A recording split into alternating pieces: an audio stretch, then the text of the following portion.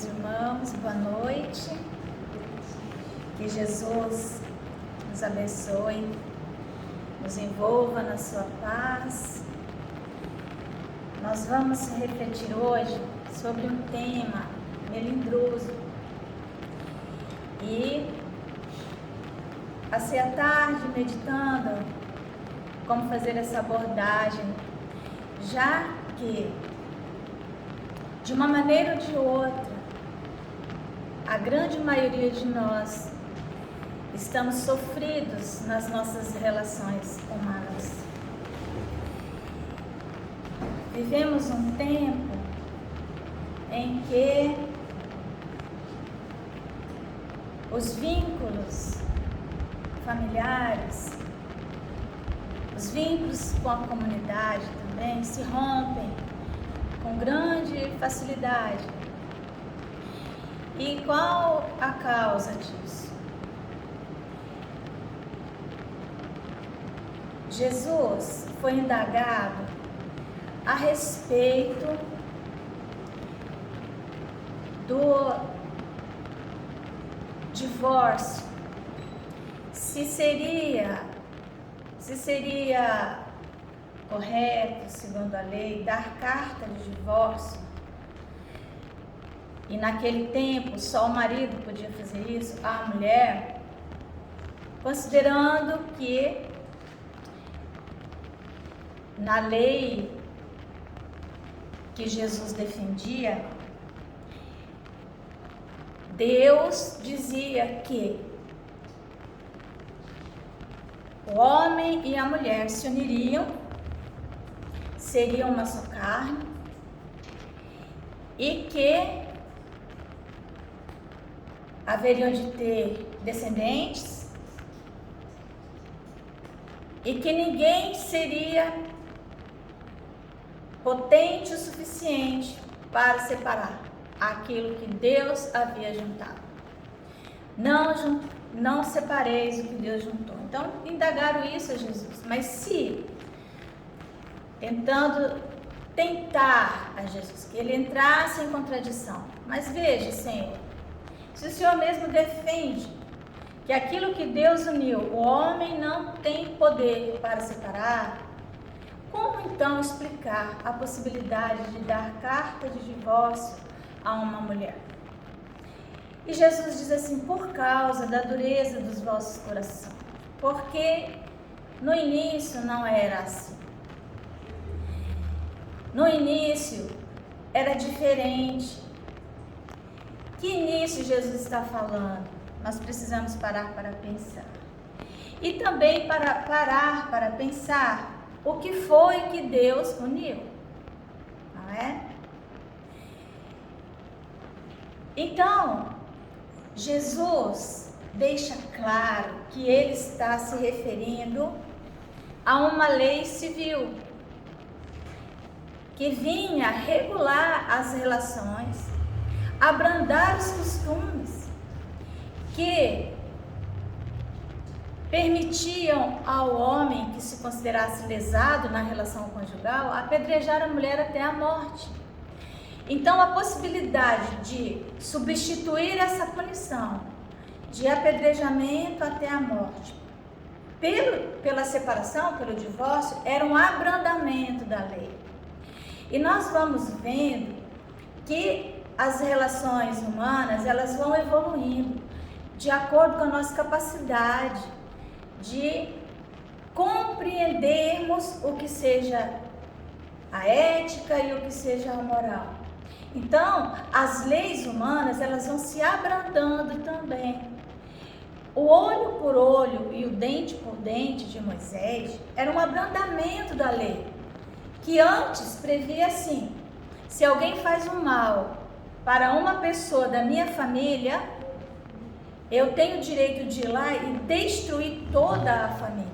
Então, quando a lei se modifica e ela diz que então é apenas exatamente aquilo que eu fui lesado que eu posso ir lá e buscar a reparação, é um abrandamento. Por mais que hoje nos pareça bárbaro, porque imagine se fosse olho por olho e dente por dente, a humanidade seria cega, né? E não teria dentes. Então, mas Kardec, quando é indagado sobre a severidade das leis penais, quando indaga sobre a severidade das leis penais aos espíritos, eles dizem que as punições, elas vão se abrandando conforme a sociedade vai evoluindo e as relações vão observando a justiça e quiçá algum dia o amor e quem sabe a caridade. Então, quando nós observarmos a lei de justiça em profundidade, compreendemos o significado disso, então naturalmente as leis serão mais brandas. Nós observamos que quando começamos a viver um ambiente de medo, a violência aumenta. E nós observamos isso imediatamente, esse reflexo nas leis penais do país. Aqueles que estão mais atentos poderão ver os projetos de lei, todos eles falando de aumento de pena, de punições mais severas para determinados crimes, porque eram crimes que pareciam quase inexistentes e de repente eles voltam. E como é que a sociedade vai se colocar para fazer face a essas demandas? Então, o meio que se encontra até hoje é uma punição severa. Mas são leis que vão se adaptando às necessidades e aos costumes. Assim também as leis que regulam as uniões entre as pessoas, entre um homem e uma mulher, para que daí advenha uma prole. Então, o que é que Deus uniu e onde que está a lei divina aí? A lei divina, ela está numa união entre um homem e uma mulher, ou entre um casal, não importa. A lei divina está ali. Então, o que os espíritos nos respondem é que a lei divina, ela comparece na união dos sexos para a reprodução. É isso que é a lei divina, que aliás, está no Livro dos Espíritos, lei de reprodução. E só é possível a reprodução a partir da união dos sexos. E para que, a partir da reprodução, aqueles seres que vêm naquela comunidade tenham amparo e proteção, o ideal é que existam as duas figuras, a feminina e a masculina. E hoje, nas composições de famílias que nós vemos, mesmo quando é um casal do mesmo sexo, nós percebemos que um deles tem um perfil masculino, viril, e o outro mais feminino, porque são as polaridades.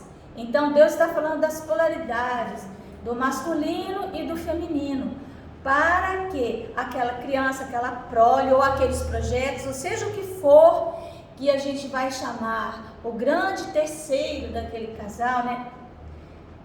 Casamento entendido aqui é a união, seja do que for. Nenhum casamento ele sobrevive se não existir um projeto comum, que chamamos o grande terceiro. O grande terceiro é aquele objetivo que permite aquele casal parar de olhar um para o outro e olharem ambos na mesma direção. Projeto comum é que vai dar sustentação àquela relação. Quando nós falamos então de família, nós pensamos nessa célula da sociedade, na importância que ela tem para a manutenção da ordem, da harmonia, da própria beleza, para o progresso da Terra, da humanidade como um todo. Porque a família, ela é essa célula que representa como uma gotícula de sangue. Quando você vai fazer um exame de sangue para saber se está doente, você não tira todo o seu sangue, você tira uma gotinha e ao avaliar aquela gotinha de sangue, você sabe se aquele corpo está adoecido.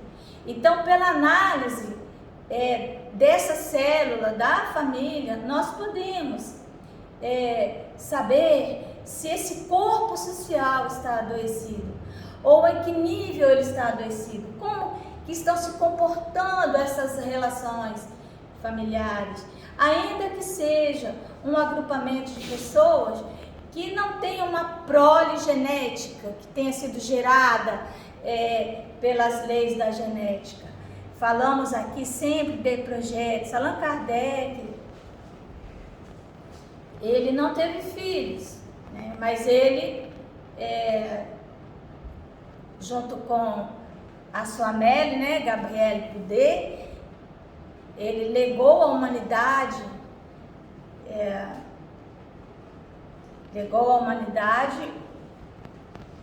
a codificação do Consolador. Imagina, quem assistiu o filme, né, foi muito interessante ver, porque a gente vê já o livro pronto, né, que é o Livro dos Espíritos, o Evangelho, a gente não tem noção do que aquilo significou naquela família, uma família. Porque não é possível que você tenha, mesmo que seja só um casal, ele se relaciona com o vizinho, ele se relaciona com a pessoa que vem ali na casa dele fazer uma limpeza, ele já se preocupa com a pessoa, o filho daquele, enfim, há toda uma conexão magnética nas relações dos seres pensantes. Isso está, se eu não me engano, é a questão 388 do Livro dos Espíritos, que fala desse magnetismo que os seres pensantes, não estamos falando dos animais, têm nas suas relações. Inclusive os espíritos dizem que essa lei, esse magnetismo, a ciência não conhece como isso funciona. E é esse magnetismo que faz com que as almas se aproximem ou se repilam. Então nós vamos pensar por quê, né? Olha a palavra, por quê? Normalmente nós usamos isso aqui, tá bom? Se não tiver, tem. Peraí. Por que, né, Márcio? Separar. Por quê? Nós usamos essa palavra, essa questão, por que não deu certo? Por que essa relação fracassou? Eu estou falando aqui do alto do meu fracasso conjugal, você também, esse é meu atual marido, mas somos dois náufragos, não é? Dois náufragos. Mas a questão toda é que nós utilizamos o questionamento errado. Quando nós falamos por quê, nós nunca deveríamos usar o porquê. Por que isso me aconteceu, Senhor? Por que não deu certo? Porque pior é quando você ainda está na relação e pergunta por que eu casei com essa pessoa, né? Estou falando aqui daqueles que, vamos dizer assim, tivemos grandes dificuldades. E eu sempre digo que eu tenho visto muitas palestras falando da família, das relações conjugais, os cônjuges falando, e a impressão que dá é que é tudo maravilhoso muitas vezes, né? Muitas vezes trazemos receitas. Olha, tem que fazer o evangelho no lar, no aniversário tem que lembrar de levar flores, ou disso, daquilo, né? O marido tem que ter cuidados mínimos, a esposa tem que ter cuidados. Então, as nossas falas, elas tendem a dar essas receitas, não é?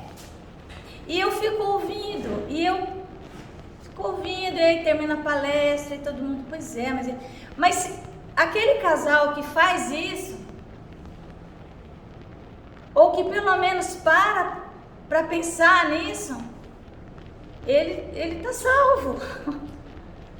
Não é? Não, o casal precisa ter diálogo.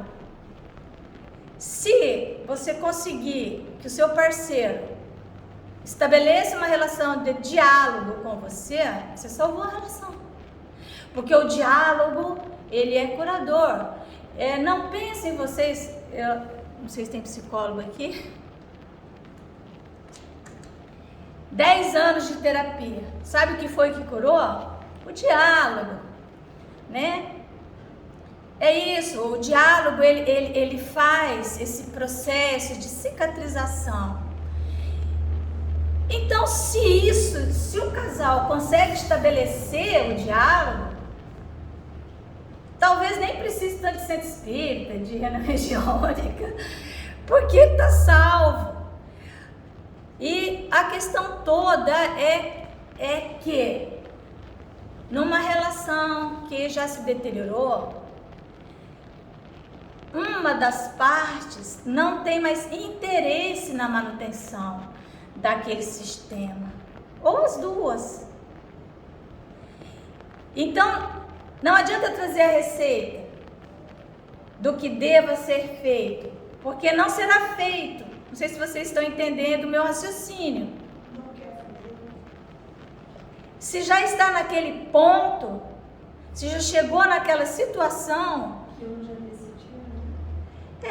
às vezes ele não decidiu de uma forma clara e objetiva, porque existem outros interesses por trás, mantendo a estabilidade daquele sistema, porque um sistema, ele é estável a partir de inúmeras forças, vários campos magnéticos, mantém a estabilidade do sistema, e a grande maioria deles é aquele sistema senhor-escravo, em que um manda e o outro obedece, ou um manda e todos obedecem. Então,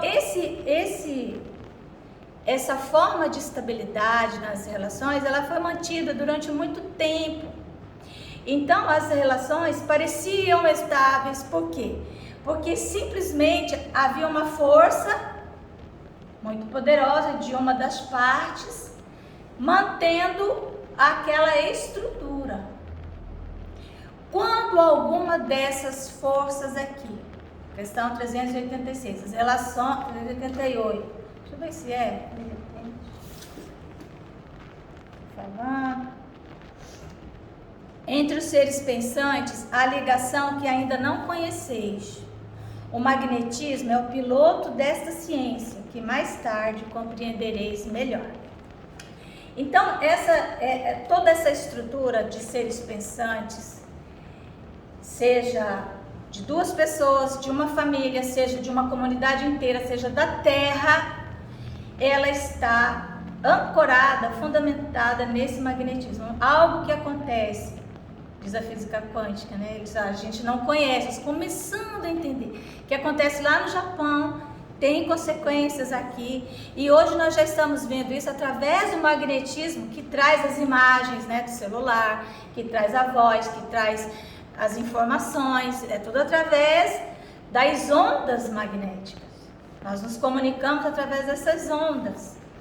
Então, enquanto tem um Senhor que manda e o outro é obedecido, como está no livro, no Evangelho segundo o Espiritismo, aquele texto, se eu não me engano, a cólera, aqueles déspotas, né, tiranos domésticos, que submetem a família, e ele diz assim, aqui eu mando, não tendo forças, não tendo magnetismo suficiente para se impor fora do lar, ele se impõe dentro do lar, né, fazendo um mecanismo de compensação da sua própria fraqueza. Então ele diz, aqui eu me orgulho, né, porque assim está no Evangelho, eu mando e sou obedecido. Aí os espíritos continuam, são os espíritos que falam, esquecendo que poderia acrescentar, e sou também odiado, né? Então, veja, quantos espíritos falam isso, eles estão falando de uma família, de um pai de família, que é odiado. Os espíritos nobres reconhecem a existência dessas estruturas. Então, nós não podemos nos furtar de falar sobre isso, porque isso é uma realidade.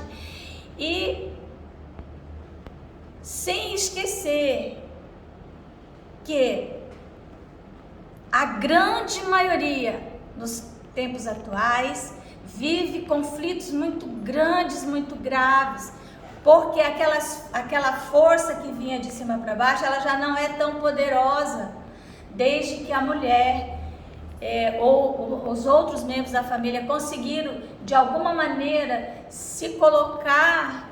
Então aquele poder que havia e que era de puro interesse material, era simplesmente porque havia alguém que supria, era o provedor daquele sistema.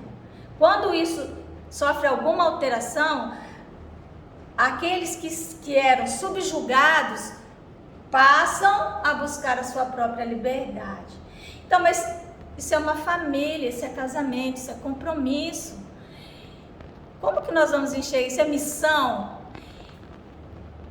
A nossa principal missão na Terra é com os nossos filhos. Nossos filhos. Mas é uma missão, quando nós vamos ler mesmo, ela não é uma missão como é dos espíritos missionários. Ela é uma tarefa, ela é um compromisso, ela é algo que precisa ser cumprido, é uma obrigação muito grande e é a nossa principal obrigação, os nossos filhos. E como que nós vamos fazer isso? Num sistema caótico. Por que isso aconteceu, né? Afinal, os espíritos mesmos dizem, lá no namoro não era assim. É que a pergunta não deve começar com porquê. O destino está traçado. Nós já viemos com essa determinação. Você vai casar com fulano, aquele do CPF, do RG, com ele você vai casar. Isso está determinado. Com ele, você vai ter tais filhos. Será que é assim que funciona? Porque essa é uma análise muito superficial, muito primeira. Quando a gente começa a estudar a reencarnação, nós imaginamos que talvez seja assim. Porque fala-se muito dessas almas que têm afinidade, né? Tem o livro dos Espíritos, está almas que se buscam na multidão, almas que têm grande afinidade, não necessariamente são almas nobres, mas têm afinidades. Então, como que isso acontece? Está determinado? Isso não está determinado. Vamos começar por aí. Não, mas lá no mundo espiritual, quando a gente faz o planejamento reencarnatório, tá lá a família, a cidade, não sei o que, não sei o que. Sim, existe um planejamento, mas nós vamos nos unir pela força do magnetismo necessário ao nosso aprimoramento. Então, nós vamos... É aquela faixa vibratória que nós vamos nos conectar com ela. Há casos mais sensíveis em que isso exige dos espíritos uma programática melhor. Mas não é de todo mundo. Não é assim. Imagina, ficar esse com esse com esse, aí depois vai lá, os filhos fazem um contrato. A gente vê muito isso. Na verdade, você vai se conectar com aquela pessoa que terá condições de desenvolver um projeto comum com você naquela faixa magnética. Então, nós estamos aqui, né? E a pergunta é: o que? O que eu estava procurando quando eu encontrei essa pessoa? Onde eu estava? Com quem eu estava? O que eu desejava? Essas são as questões. Porque você tira a responsabilidade do outro. O porquê, ele é a causa cáusica primária que só Deus sabe. Deus sabe o porquê. Mas quando nós ficamos perguntando por quê, é algo tão profundo. É algo tão profundo que nós jamais conseguiremos responder. No entanto, e de certa maneira tira nosso livre-arbítrio. O que não.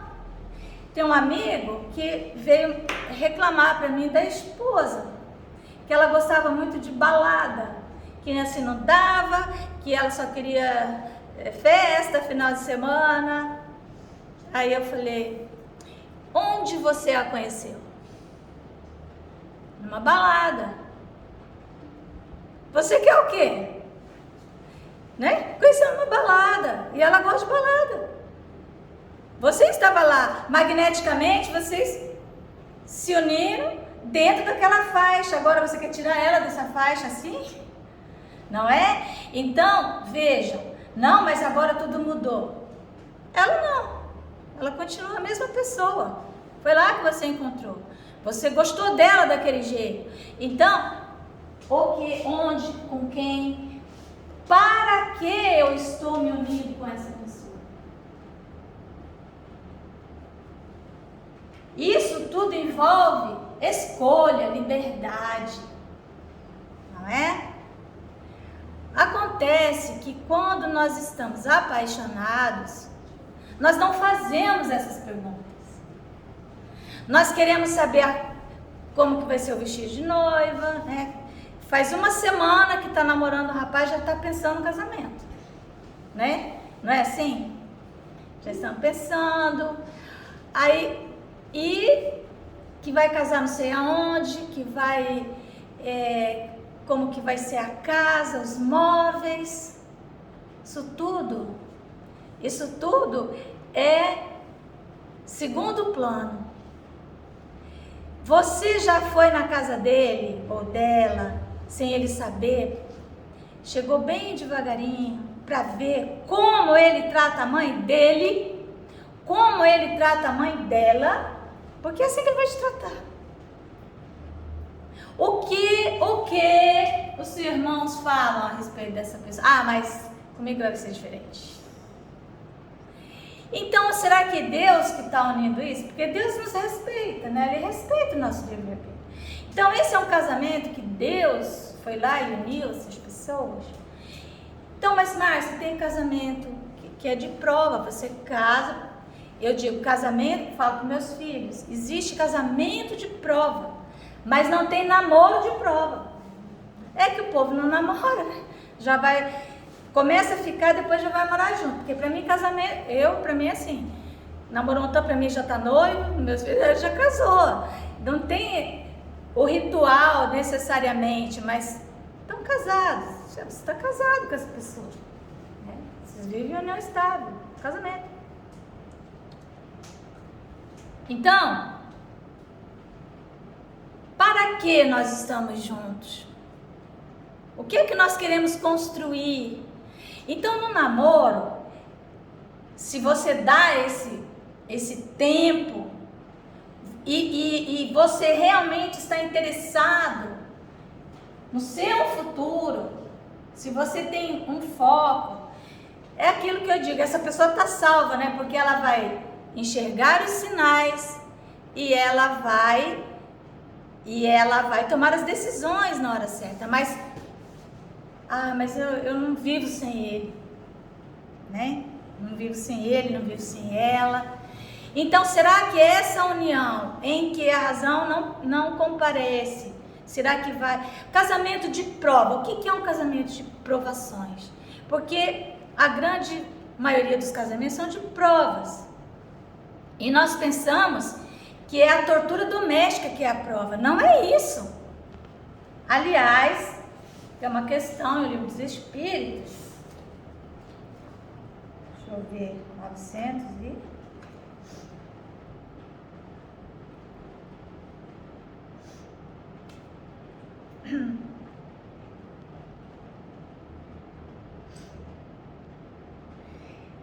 Questão 940. Não constitui igualmente fonte, ele está falando das penas e gozos terrestres. A gente veio para a Terra, a gente vai sofrer e tal, mas tem muita coisa que nos acontece porque não fazemos os planejamentos. Então nós vemos que é o destino, mas o destino é essa nossa desconexão. Quando nós nos desconectamos, nós perdemos a coesão com os elementos que compõem a estrutura da nossa própria vida. Separamos as coisas, não nos integramos. Então nessa hora acontece mesmo assim, não, mas eu não estava esperando isso. Foi o destino, isso foi uma fatalidade. Será que foi? Então ele diz assim, Kardec pergunta: não constitui igualmente fonte de dissabores, tanto mais amargos, quanto envenenam toda a existência, a falta de simpatia entre seres destinados a viver juntos? Olha que fatalidade, né? Existem seres destinados a viver juntos? Aí os espíritos respondem: amaríssimos, né, no sentido de amargos, amaríssimos com efeito. Essa, porém, é uma das infelicidades de que sois, as mais das vezes, a causa principal. Em primeiro lugar, o erro é das vossas leis. Porque antes era assim, o casamento era indissolúvel. Indissolúvel. Já era, né? Hoje já não é mais assim. Eu me lembro quando passou a lei de divórcio. Aproveitou-se que ia se mexer na Constituição, colocou o divórcio, só que o divórcio só podia divorciar uma vez. E quando isso, mas uma vez só, não, mas é porque assim mesmo, tinha que passar o divórcio, porque eu divorcio uma vez, posso me casar uma vez, tá? Mas aquela pessoa que eu casei é solteira. Aí, como que eu vou me divorciar dela? Entenderam? Aí ela vai ter um divórcio, eu vou ter dois, então eu não posso, só ela que divorcia. Isso era um absurdo que imediatamente foi corrigido. Então as nossas leis, elas sofrem essas correções. Então, em primeiro lugar, o erro das vossas leis. Julgas, olha que profundo isso, julgas porventura que Deus te constranja a permanecer junto dos que te desagradam? Vejam, é desagrado. Não precisa ser torturado. Depois, nessas uniões, ordinariamente buscais a satisfação do orgulho e da ambição, mais do que a ventura de uma afeição mútua. Sofreis então as consequências dos vossos prejuízos. E aí ele pergunta: mas nesse caso não há quase sempre uma vítima inocente? Muitas vezes dos dois nessa relação é uma vítima, porque às vezes ele fez essas perguntas, essas questões. Só que no curso do casamento apareceram circunstâncias e fatos desconhecidos da pessoa. Então, o casamento de prova é aquele em que comparece na relação uma doença, problema de saúde. Isso que é prova. Problema financeiro, os dois vão junto ali, né? Mas não é a pessoa, por exemplo, que é vítima de violência doméstica, ela não pode dizer: não, mas eu estou ali, estou espiando. Isso não existe, nem nas nossas leis humanas. Então, esses raciocínios nós vamos fazendo para entendermos que a razão pela qual hoje os vínculos se afrouxam tão rápido, porque o que está, a amálgama que une essas pessoas, Não é um projeto comum, mesmo sólido. Quando nós pensamos no nosso futuro, enquanto seres humanos, nós temos que pensar que temos duas missões. Uma com o nosso próprio progresso e outra com o progresso da Terra. Então, se nós conseguimos fazer isso com alguém, estabelecer isso com alguém, então, naturalmente, há grande chance desse casamento persistir, porque ele vai estar ancorado por vários grandes terceiros, não só os filhos, vários projetos de ambos os lados. Agora, quando nós pegamos um caso específico, né, um estudo de caso, a gente vai avaliando o que foi que aconteceu ali. Então, às vezes, é um casamento que se mantém por conveniência, porque já está há tanto tempo, a pessoa não tem mais força para resolver. Eu só vou finalizar, já passou o nosso tempo, uma fala do professor Sérgio Felipe de Oliveira. Ele estava atendendo uma senhora que ela tinha um problema que ela disse assim: olha, Sérgio, eu tenho um problema de coração, já fiz tudo que é exame e nunca resolvo, não acha. Quando dá 17 horas, 17h30, eu tenho uma taquicardia horrível, começo a passar mal, não respiro direito, todos os dias. E aí foi atendendo, de repente ele falou assim: peraí, você já percebeu que esse é o horário que o seu esposo chega em casa? Ela começava a passar mal, né, naquela hora. Ela falou: é. Aí ela falou: ah, será que é ele? Olha, faz assim. Aí ele começou a conversar e viu que tinha muitas questões que precisavam ser solucionadas. Aí ele disse para ela: olha, faz assim, na próxima sessão, traz seu esposo para a gente conversar. Na outra sessão ela veio e disse assim: olha, Sérgio, eu já entendi meu problema. Eu não trouxe o meu marido, nem vou trazer, porque eu não quero mexer nisso. Eu não vou dar conta de mexer nisso. É muito melhor a minha taquicardia, que agora eu já sei a causa, do que eu mexer nesse vespeiro, né? Então, às vezes é isso, né? Às vezes a gente prefere ficar com a taquicardia, prefere ficar com... Mas sem o livre-arbítrio. O que nós não podemos achar que é o destino, que estava escrito, que eu tinha que passar. Não, não é assim. Não é? Evidentemente que nem todos temos a força necessária para superar. Há casos gravíssimos. Eu trabalhei na Defensoria Pública os últimos 12 anos da minha carreira.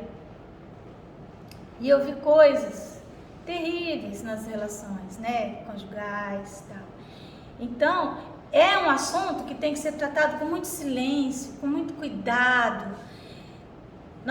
E principalmente não julgar. Mas como que a pessoa suporta tudo isso?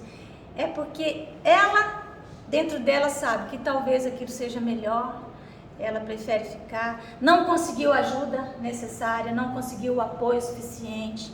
É uma sociedade ainda sem retaguardas, tanto para a mulher quanto para o homem, seja qual for o casal. Então, quando nós falamos que aquilo que Deus uniu, ninguém separa, é porque Deus uniu as pessoas que se juntam por amor. Mas um amor verdadeiro, o que é muito raro hoje de você conseguir encontrar, né? Sua alma gêmea, né? Fala a verdade. Diz que existe. Desculpa, Eliseu. Então, gente, que Jesus nos abençoe. Espero. É uma abordagem difícil, não é fácil falar sobre isso. Aqui está uma náufraga, né? Que se apresenta a vocês. E que Jesus nos abençoe, né? Quem sabe na próxima, né? Ou nessa ainda, né, Eliseu? A gente se